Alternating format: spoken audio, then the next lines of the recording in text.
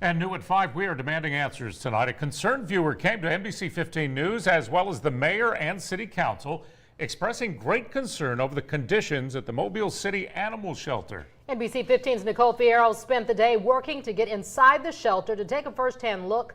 Now, Nicole, you had to go through several roadblocks, but you finally got answers.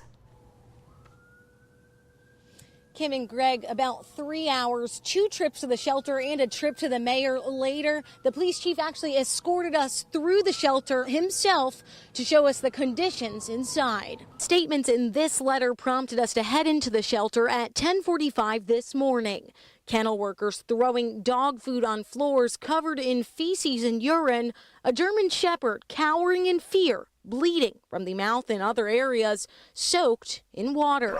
We didn't even make it to the front door of this public facility before we were stopped. You have to talk to Charlotte first. Charlotte is Charlotte Solis, the Mobile Police Department's public information officer. We sent her the letter and she said she would follow up right away. 11:40, an hour after arriving, Solis called back to say the department would send us information, but we couldn't go in. We then went to the mayor. There is absolutely no reason that you should not have access, and obviously you just told me the story just a moment ago, and that's the first I've heard of it, but you will have access. And if we've got inhumane conditions there, you can be rest assured we will address that also. We headed straight back to the shelter where we found the chief of police and several officers waiting for us.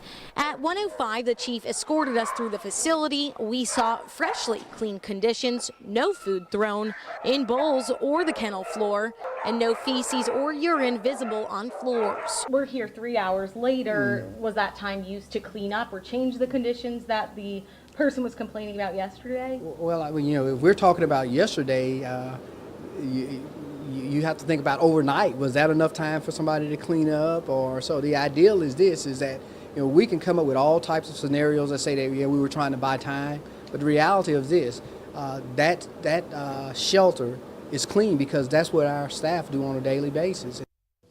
A vet examined the dog addressed in this letter as whimpering and bleeding yesterday. We got a chance to see the dog as well. At 6 o'clock, we'll tell you their assessment and how he's doing. Reporting live here from the City of Mobile's Animal Shelter, Nicole Fierro, NBC 15.